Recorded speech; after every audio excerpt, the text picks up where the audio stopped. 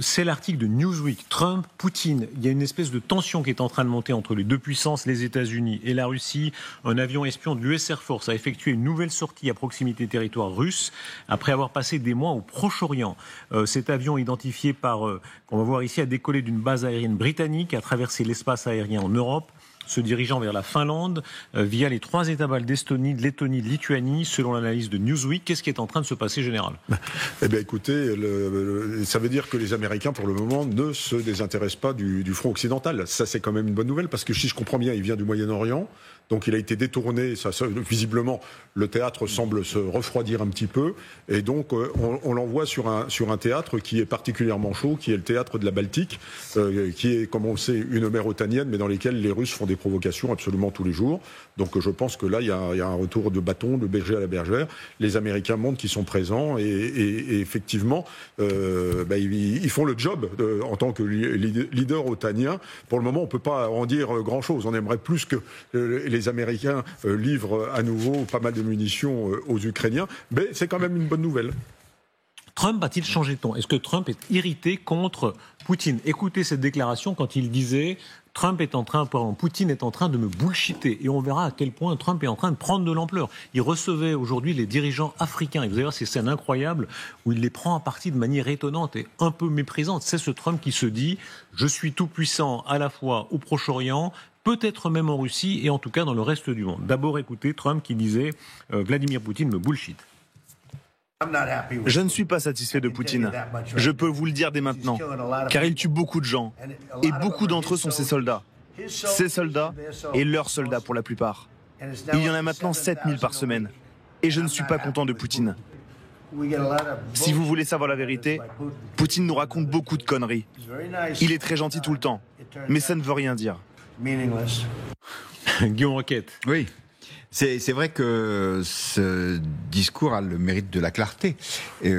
Après, la question c'est qu'est-ce que ça présage ? On a su que depuis maintenant plus d'une semaine, les États-Unis ont annoncé qu'ils ne pouvaient plus fournir aux Ukrainiens du matériel de défense sol-air, c'est-à-dire des missiles, mais aussi d'autres types d'équipements. Alors, si les Américains disent « OK », Poutine trompe, ça veut dire quoi ? On a envie de lui dire « So what, monsieur Trump ? Est-ce que vous allez donc recommencer à aider les Ukrainiens ? Ou est-ce que la conclusion plutôt que vous tirez de cette non-coopération de Poutine, c'est « je m'en lave les mains », qui se débrouillent tous les deux. Cela étant, est-ce que quand même Moscou, Poutine met son orgueil souvent sous le boisseau, mais enfin, le fait que le président des États-Unis lui dise ça n'est pas tout à fait indifférent.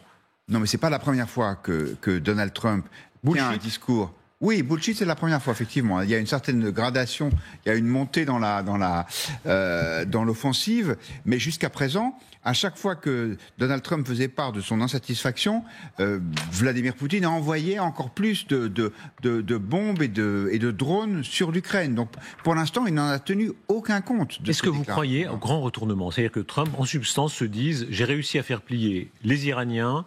Même mon allié israélien m'obéit un peu. On verra tout à l'heure la scène avec les Africains. Il attaque les Brésiliens. Surtout, là, il est en train de tirer tous azimuts. Est-ce que Poutine peut faire partie du jeu de qui ? Alors, il semble se heurter à un mur quand même avec Vladimir Poutine, qui dit qu'il est prêt à faire la guerre pendant 20 ans. Et je pense que le dernier coup de fil de 2 heures, justement, a porté là-dessus. C'est-à-dire, jusque-là, Vladimir Poutine disait, bon, ok, on va faire un cessez-le-feu, mais il faut certaines conditions. Ensuite, il disait, je propose la reprise des négociations avec les Ukrainiens. Et cette fois-ci, il a dû lui dire, bah non, pour le moment, sur le terrain, j'avance et je ne suis pas prêt à bouger. Alors, cela dit, ce qui s'est passé, donc Trump a mentionné la possibilité de mettre des sanctions qui sont préparées par le Sénat, mais bon, on peut en douter. Et parallèlement, il vient d'avoir une rencontre entre Marco Rubio et Sergueï Lavrov, et Lavrov aurait proposé une nouvelle méthode, et donc ça va permettre encore à Poutine probablement de gagner du temps et à Trump de ne pas prendre de décision. Ce ne sont pas que des mots, hein. Ce qu'on vient de voir là, c'est-à-dire cet avion américain qui va survoler la région de Kaliningrad, pour les Russes, c'est très sensible. Là, il y a un irritant pour eux. Ils ne veulent pas qu'on touche historiquement à l'Ukraine, pour montrer l'agressivité que ça provoque chez eux, à la Géorgie et à cette région de Kaliningrad. Oui, bien sûr. Alors que les Américains fassent du renseignement, ils en font tous les jours. là, il montre que les en font. Ce qui est on change un peu de portage. Parce qu'un avion comme cela, qu'on appelle un rivet joint, et c'est un système qui fait des écoutes en réalité. C'est pour montrer aux Russes que les Américains sont présents. Est-ce qu'ils reviennent dans le jeu ? Je ne suis pas sûr. Les munitions qu'ils donnent plus, en fait, c'est pour protéger leur propre base face à une éventuelle attaque iranienne. Donc, en effet, ils font comme tout le monde, c'est-à-dire qu'ils ont des stocks qui se réduisent et ils sont bien obligés de limiter ce qu'ils donnent. Et c'est d'abord charité bien ordonnée commence par soi-même. Donc, ils ont d'abord cherché à préserver leurs missiles patriotes pour leurs propres intérêts. Mais on voit bien qu'il est nécessaire de montrer, après le discours de Trump, effectivement assez direct. Comme disait Guillaume Roquette, c'est un peu la première fois, mais ça ne change pas grand-chose parce que Poutine est persuadé qu'il va gagner. Poutine continue d'avancer sur le terrain, lentement mais sûrement. Il perd 7000 soldats par semaine, donc 1000 soldats par jour, d'après ce que dit Trump. Mais il a l'impression qu'il va gagner. Et que le retrait, le fait que les Américains limitent le fait de fournir des munitions, fait que les Russes sont persuadés qu'au contraire, c'est pour eux un champ libre pour continuer d'avancer en Ukraine. Regardez cette carte où on voit le trajet réel de cet avion qui est fait pour irriter sans doute les Russes qui détestent qu'on s'approche de Kaliningrad. Pour eux, c'est vraiment une chose sacrée. Et notre maître chef d'édition, Aurélien Hamel, a réussi à retrouver exactement le parcours de l'avion. Alors regardez bien, parce que il survole les pays baltes. Alors ça, déjà, c'est pour les Russes un sujet d'excitation. Et il s'approche, si je comprends bien, il est en train de frôler la région de Kaliningrad, c'est ça ? Mais alors Kaliningrad, normalement, tout est brouillé autour de Kaliningrad. On se souvient qu'un avion britannique, dans lequel était d'ailleurs, je pense, le secrétaire d'État britannique, s'est retrouvé soudainement sans communication. Donc je ne sais pas ce qu'ils peuvent espionner, sauf si c'est plus puissant que le système de brouillage au-dessus et autour de Kaliningrad. Mais c'est là qu'il y a les Iskander, c'est là qu'il y a un certain nombre d'armes qui sont déployées.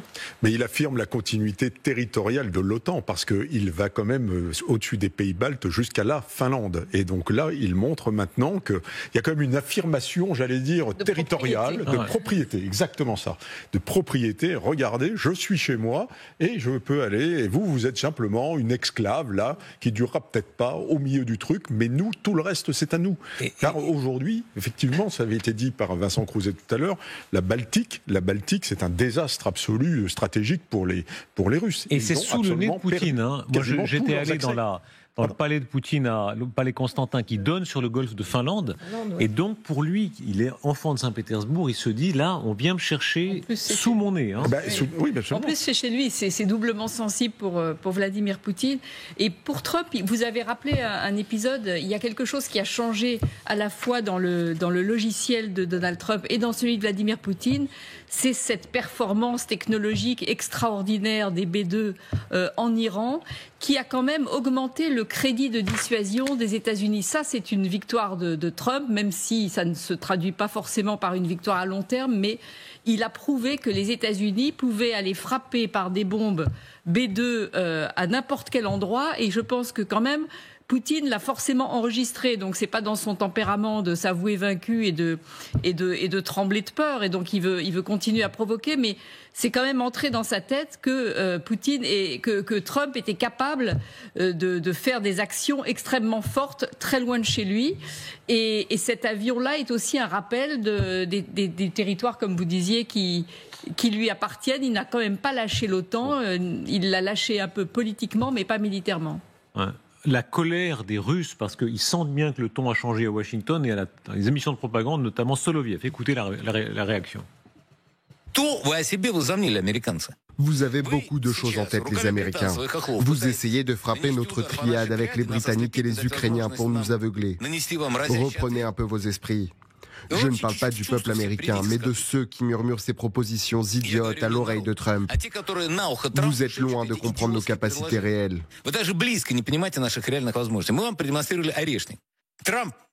Trump pourrait être le meilleur ami de la Russie et de la Chine et construire ensemble un monde complètement différent. Mais il est en train, par ses discours, par ses actions, de se priver de la possibilité de dialoguer avec Poutine. S'il prend des sanctions, il est clair que cela rendra très difficile l'établissement de relations entre nos pays et nous rapprochera du seuil de la Troisième Guerre mondiale. Le temps a changé là, on retrouve un peu les fondamentaux de la guerre froide. Regardez, Guillaume Roquette, le Figaro éternel quand même, qui a lutté contre l'Empire soviétique. Oui. Voilà, il se réveille là, Guillaume Roquette. Bah oui, non, parce que il est dommage que les Russes tiennent les mêmes discours que les Soviétiques. Ça prouve que tout ça a été quand même un échec dramatique aux yeux de l'histoire, mais c'est comme ça. Ce sont les Russes qui ont agressé. Ce qui est intéressant, c'est le dépit qu'il y a dans ces propos de Soloviev, parce que on voit bien que il pensait que Trump allait être de son côté. Et c'est vrai que le fait qu'il soit presque menaçant vis-à-vis de Trump en disant arrête. Alors, il n'ose pas attaquer Trump directement. Alors, il dit les entourages, ceux qui sont autour de lui donnent de mauvaises idées. Mais peut-être que ça peut accréditer un peu l'idée que Trump est en train de changer de position vis-à-vis de la Russie. En tout cas, c'est ce que semble croire ce monsieur propagandiste. Mais encore une fois, tant qu'il n'y aura pas de fourniture d'équipement à nouveau à l'Ukraine et tant qu'il n'y aura pas de sanctions économiques, tout ça restera plus un échange de mots, de noms d'oiseaux, plutôt que de la vraie diplomatie. Rappelons les précédents. Il y a eu la crise des missiles de 62 qui a été le cas extrême où on est passé pas loin de la Troisième Guerre mondiale. Mais il y a eu beaucoup de cas où entre les Soviétiques et les Russes, les Russes soviétiques, on est passé pas très loin du pire. Américains. Et les Américains. Et les Américains. Oui.